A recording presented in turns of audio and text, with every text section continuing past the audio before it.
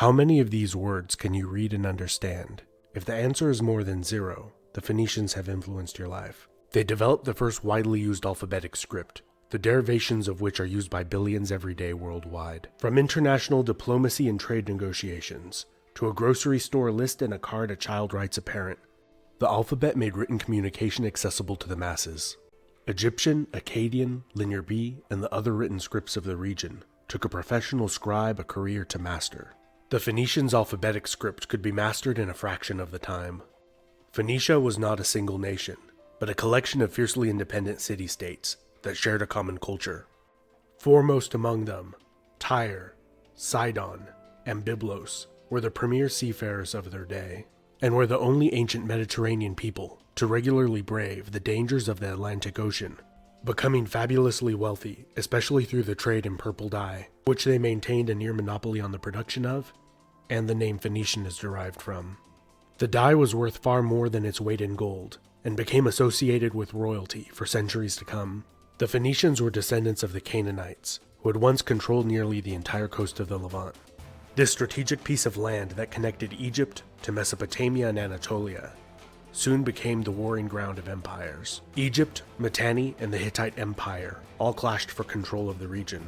After a region-wide collapse and contraction of these great empires occurred, in an orgy of violence and famine, involving a shadowy group of marauders known as the Sea People, some of whom settled in southern Canaan, becoming the Philistines.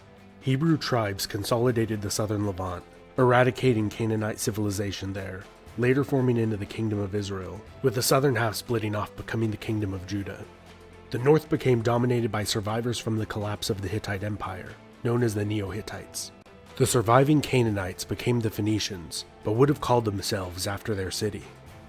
Sidonians after Sidon, Tyrians after Tyre, who some ancient authors believed were descendants of a people who had migrated from the Arabian coast, although there is little evidence to support this. The Phoenician city-states built vast commercial networks and many colonies throughout the Mediterranean, including one called Carthage, which gradually took over all the former Phoenician colonies after their homeland was conquered by the Assyrian Empire. During Assyrian rule, and that of the Persian Achaemenid Empire, and Alexander the Great and his successors, the Phoenicians, who were master negotiators, typically managed to have some level of autonomy. But as a rebellious people, accustomed to the freedom of the sea, the Phoenicians were dealt with severely, time and again, after their revolts. Once dominant over Mediterranean trade, they became a mere participant, with the Phoenicians never again attaining their previous level of freedom. However, their Carthaginian descendants would rival Rome for control of the western Mediterranean, and their great city would be burnt to the ground after 3 brutal wars with Rome.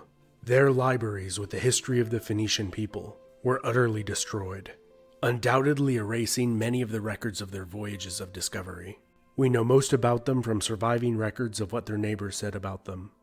Phoenician culture was an amalgamation of Canaanite, Egyptian, Mesopotamian, Greek, and other peoples they encountered.